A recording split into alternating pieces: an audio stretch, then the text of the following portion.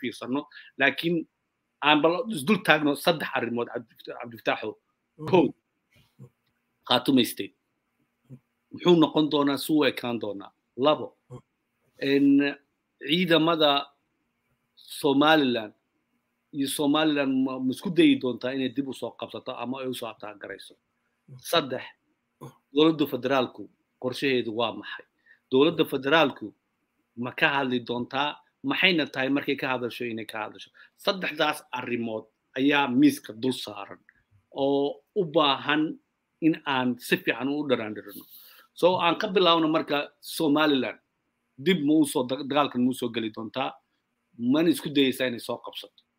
cabdifataax aniga haddii aan su-aashaas aan laga jawaabo oo aan u fiiriyo mataqaanaa geopoliticska ahaanta jira iyo awoodda Somaliland ciidankeeda uu leeyahay